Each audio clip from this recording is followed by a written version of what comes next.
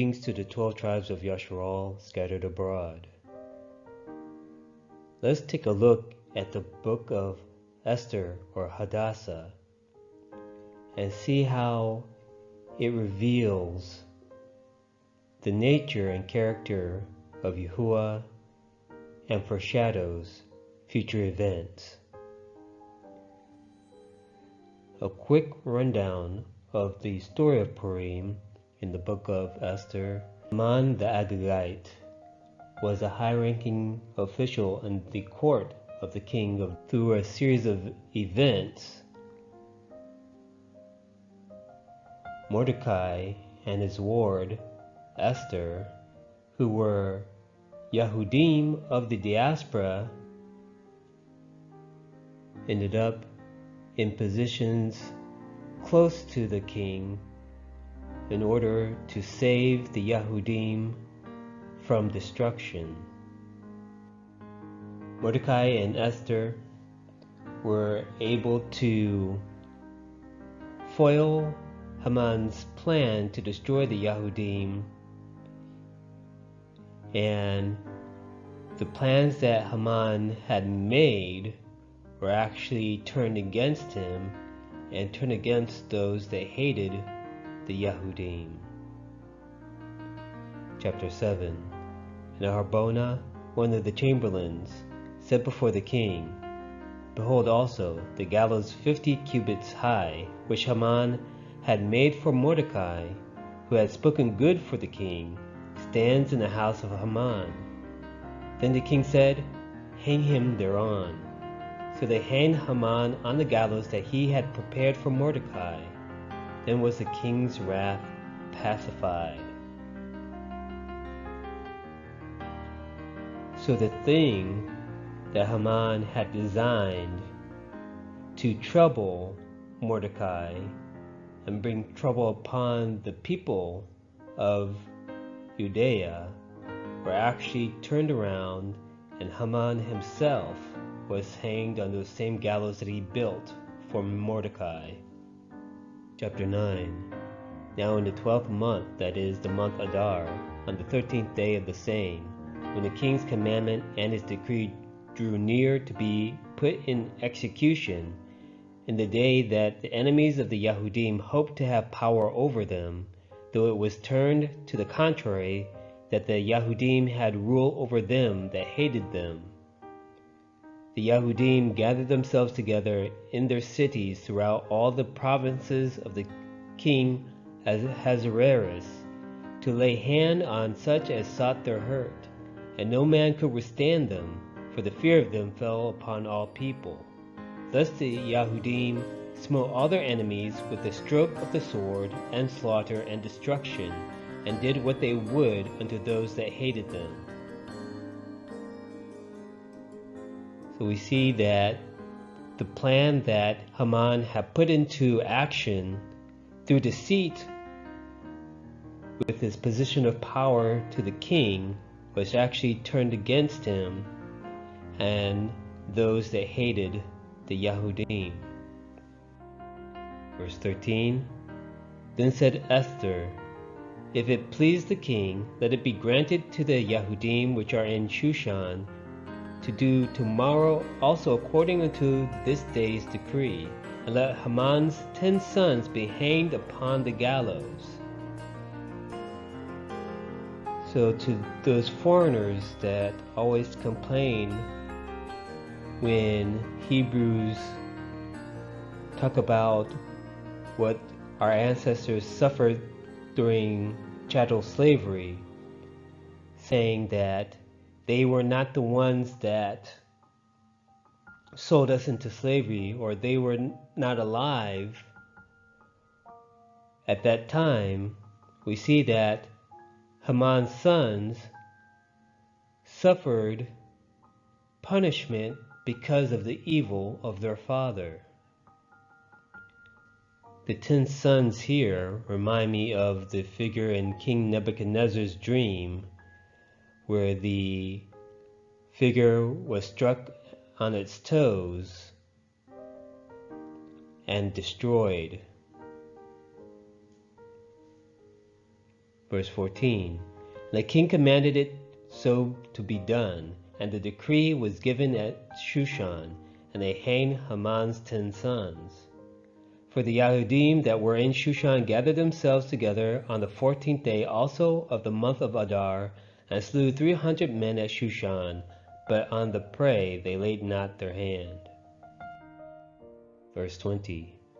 And Mordecai wrote these things, and sent letters unto all the Yahudim that were in all the provinces of the king Ahasuerus, both nigh and far, to establish this among them, that they should keep the 14th day of the month of Adar, and the 15th day of the same yearly, as the days wherein the Yahudim rested from their enemies, and the month which was turned unto them from sorrow to joy, and from mourning into a good day, that they should make them days of feasting and joy, and of sending portions one to another, and gifts to the poor. So Purim is not an appointed time, it is not a feast time, it is not an appointed time of Yah. Purim is a memorial of the house of Yehuda.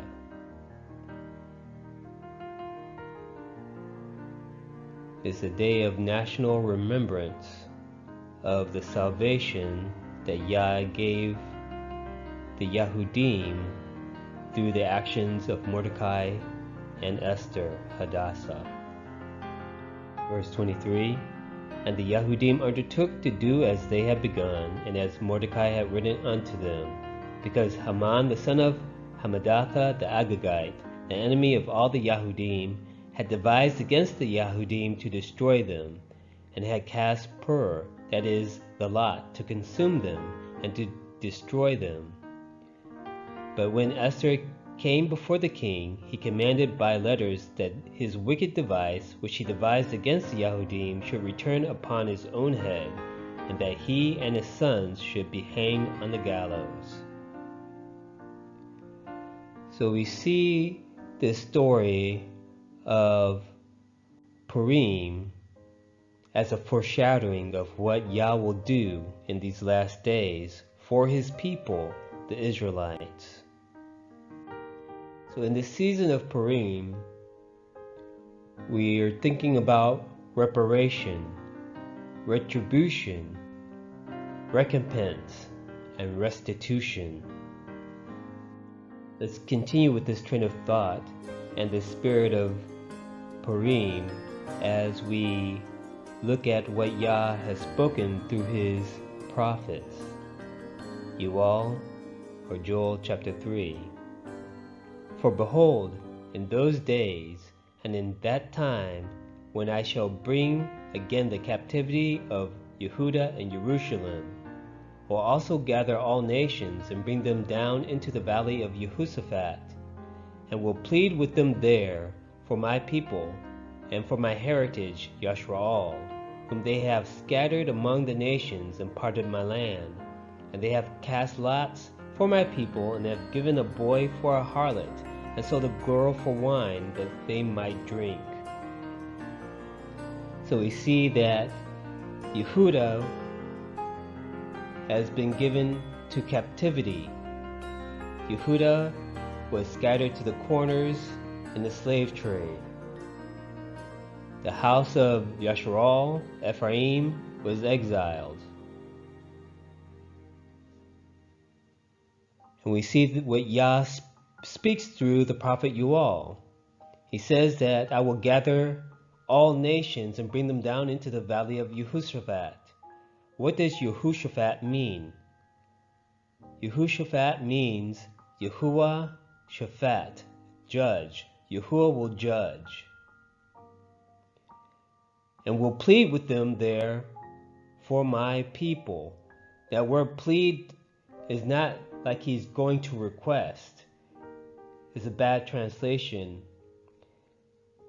He will judge them. The nations will be judged for what they have done to his people, the Israelites, whom they have scattered among the nations. So these are not the European Jewish people that have been put in our faces in Christianity and in the news and in the media. The Ashkenazim have not been scattered among the nations. The Ashkenazim immigrated to various European countries. The biblical Israelites were scattered through the transatlantic slave trade to 4 corners of the world, whom they have scattered among the nations and parted my land. So we see that the land has been parted, subdivided by foreigners. And they have cast lots for my people, and have given a boy for a harlot, and sold a girl for wine that they might drink. This is the triangle trade: sugar, rum, slaves. Verse 4. Yes, and what have you to do with me, O Tyre and Zidon, and all the coasts of Palestine? Will you render me recompense? And if you recompense me, swiftly and speedily will I return your recompense upon your own head. Because you have taken my silver and my gold, and have carried into your temples my goodly pleasant things.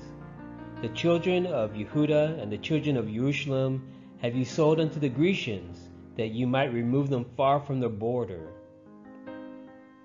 So we know that the Arabs sold us to the Europeans. The Europeans make it no secret that they are very proud of their culture being based on the philosophies and ways of the Greeks. So as we continue through this prophecy and what it dictates, we will see that the children of Yehuda and the children of Jerusalem could not be referring to the Ashkenazim. They are not the biblical Israelites. Verse 7. Behold, I will raise them out of the place where you have sold them, and will return your recompense upon your own head. And I will sell your sons and your daughters into the hand of the children of Yehuda, and they shall sell them to the Sabaeans, to a people far off, for Yahuwah has spoken it. So this is not a prophecy that has been fulfilled. This is not talking about slavery that happened in ancient times. Because we see in verse 8, I will sell your sons and your daughters into the hands of the children of Yehuda. When has that ever happened? And they shall sell them to the Sabaeans. The Sabaeans are Hamitic people. When has that ever happened that the Europeans, the Grecians, were sold to the children of Yehuda, and the children of Yehuda sold them to a Hamitic people? So this is still this is a prophecy that is yet to be fulfilled. Obadiah or Obadiah chapter 1. For the day of Yahuwah is near upon all the nations. As you have done, it shall be done unto you. Your reward shall return upon your own head. So as the Europeans and the Arabs sold us into slavery, they themselves must go into slavery. Chazun or Revelation chapter 13. He that leads into captivity shall go into captivity. He that kills with the sword must be killed with the sword. Here is the patience and the faith of the set apart ones. So when it talks about the saints, the set apart ones, it's talking about the Israelites, that we must be patient and await for this prophecy to be fulfilled, because Yahuwah will do it. So when foreigners talk about, well, I wasn't born back then, I'm not the one who did this to your ancestors, I'm not the one that sold your ancestors. We need to look at the character of Yah and see how he does things. I myself, of a child of the diaspora, I can cry all day and talk about how it's unfair that I'm not the one who broke the covenant with Yah, yet I'm suffering the curses and the punishments of my father's disobedience. It is what it is. I'm here in diaspora suffering the punishments of what my forefathers did centuries ago. We lost our homeland in 70 CE. So, if that's the case, then you can talk all you want about how you're not, how individual foreigners are not responsible for what happened in the slave trade. But Yah is going to deal with those foreign nations as a whole.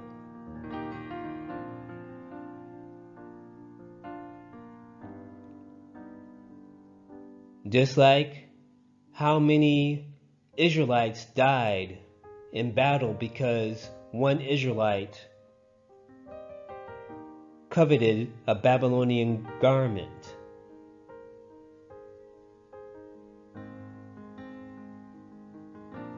So we need to really understand the character of Yah. And if you're a foreigner and you are desiring to cling to Israel, you're desiring to cling to the Torah, you're desiring to serve Yah, you need to do it like John Brown,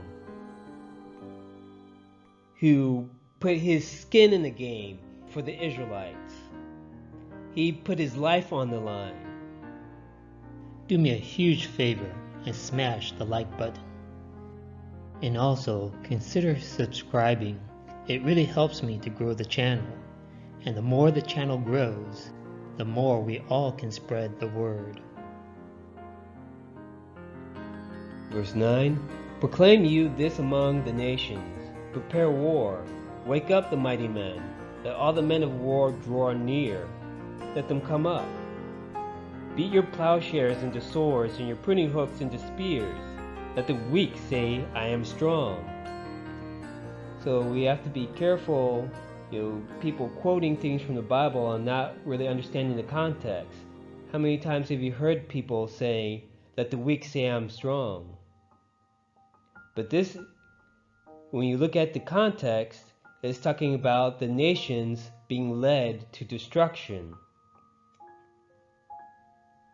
Assemble yourselves and come, all you nations, and gather yourselves together round about. There cause your mighty ones to come down, O Yahuwah. Let the nations be wakened, and let them come up to the valley of Yehoshaphat. So there will I sit to judge all the nations round about. So we see that Yah is gathering the nations so that he may judge them for what they have done to his people. 2,000 years of discrimination, hatred, bigotry, theft, oppression, and all kinds of evil will be paid back to the nations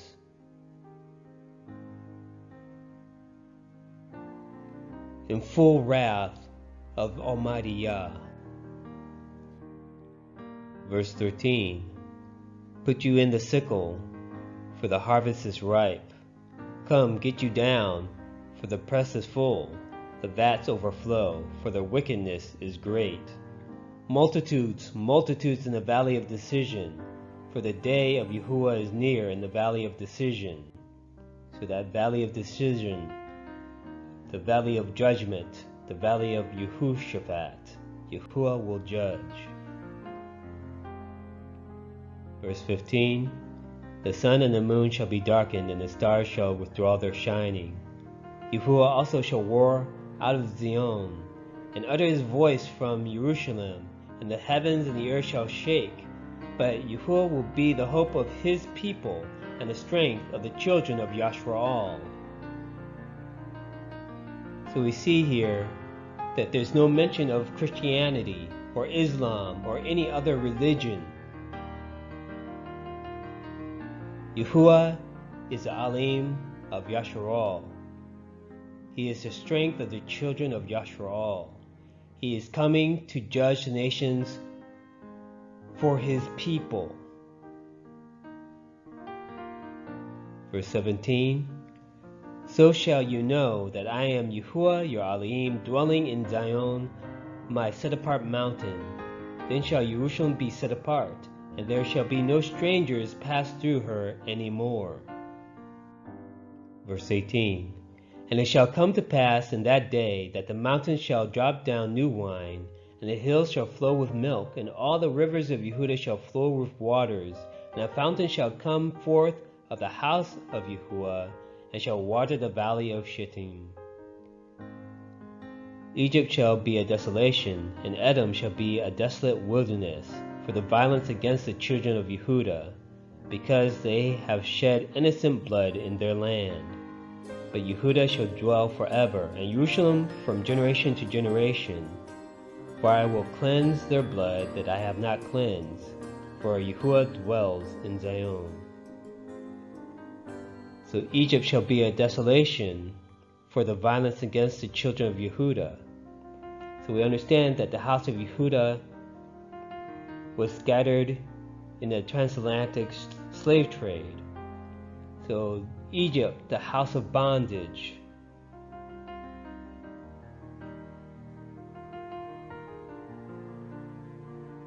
Shall be desolate. So let's go to verse 21. For I will cleanse their blood that I have not cleansed. So this is a little bit confusing in this translation. So let's look at it through some other translations. Verse 21. And I will make inquisition for their blood, and will by no means leave it unavenged. And Yahuwah shall dwell in Zion. So this is what it means. That Yahuwah will avenge the blood of the Israelites that have been murdered.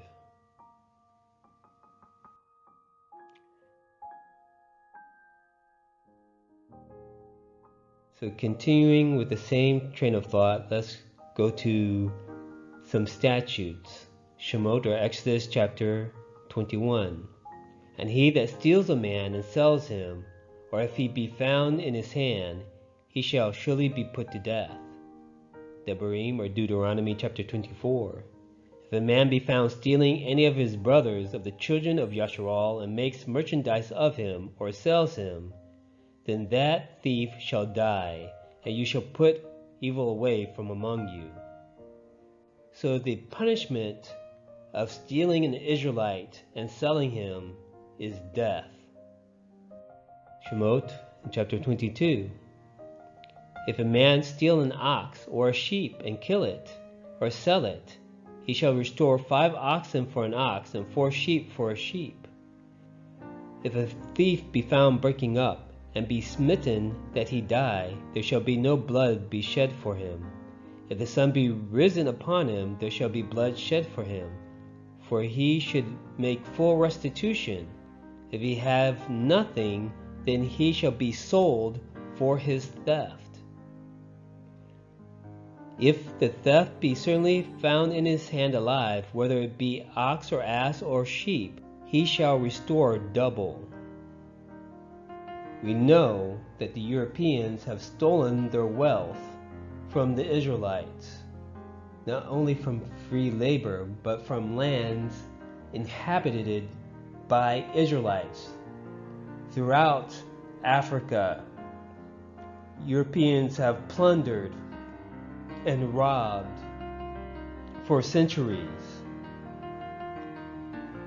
So this will be part of the judgment when Yahuwah judges the nations in the valley of Yehoshaphat. They must pay back how many times over more than they actually stole? And what wealth does Europe actually have which they have not stolen? So we see that verse 3 will be put into action. If he have nothing, then he shall be sold for his theft. That's why it talks about in you all that they shall sell themselves to Yehuda, and Yehuda shall sell them to the Sabaeans, because they will have no wealth to cover the amount that they will have to restore. Mishlei, or Proverbs chapter 6. Men do not despise a thief if he steal to satisfy his soul when he is hungry. But if he be found, he shall restore sevenfold. He shall give all the substance of his house. So again, the thief must make restitution. So let's continue to Chazon, or Revelation, chapter 6. And when he had opened the fifth seal, I saw under the altar the souls of them that were slain for the word of Elohim and for the testimony which they held. And they cried with a loud voice, saying, How long, O Yahuwah, set apart and true, do you not judge and avenge our blood on them that dwell on the earth? And white robes were given unto every one of them, and it was said unto them that they should rest yet for a little season, until their fellow servants also and their brothers that should be killed as they were should be fulfilled. So this is the time of the trouble of Yaakov that we are still in. And we see the centuries and centuries of Israelites that were murdered, lynched, and their souls are crying out for vengeance, crying out for vengeance. Tehillim, or Psalm chapter 79. Why should the nations say, Where is their Elohim? Let him be known among the nations in our sight by the revenging of the blood of your servants which is shed. Yahuwah is our kinsman redeemer. He is the avenger of blood for the Israelites. Chazon, Revelation chapter 19. And after these things I heard a great voice of much people in heaven, saying, Hallelujah! Salvation and esteem and honor and power unto Yahuwah our Elohim. For true and righteous are his judgments, for he has judged the great whore, which did corrupt the earth with her fornication, and have avenged the blood of his servants at her hand. Tehillim, or Psalm chapter 72. He shall redeem their soul from deceit and violence, and precious shall their blood be in his sight. Yahuwah will avenge the murder and lynchings that the nations have committed against the Israelites. The nations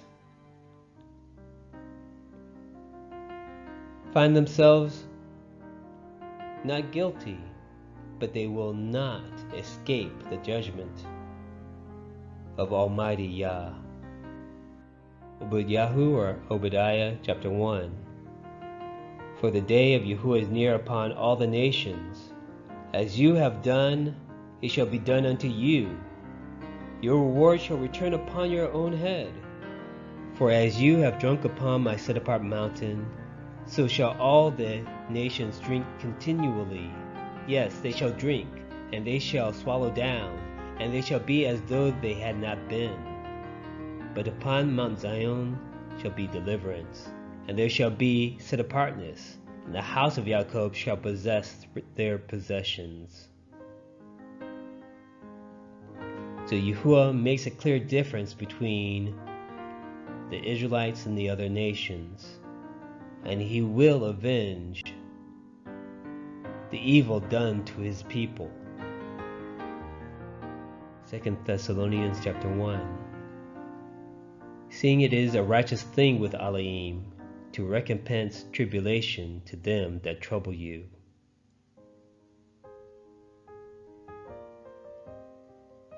Yahuwah, we thank you that you see and you know all things. We ask that you avenge your people, have mercy upon your people, and deliver your people. Send your Mashiach to reign over us and take vengeance on the nations. To you be all esteem and honor forever. Hallelujah.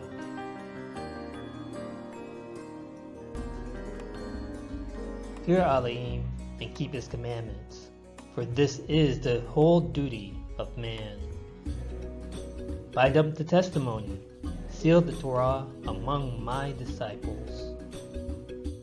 Shalom, family. Thanks for watching. Don't forget to click the subscribe button. Like, comment, and share.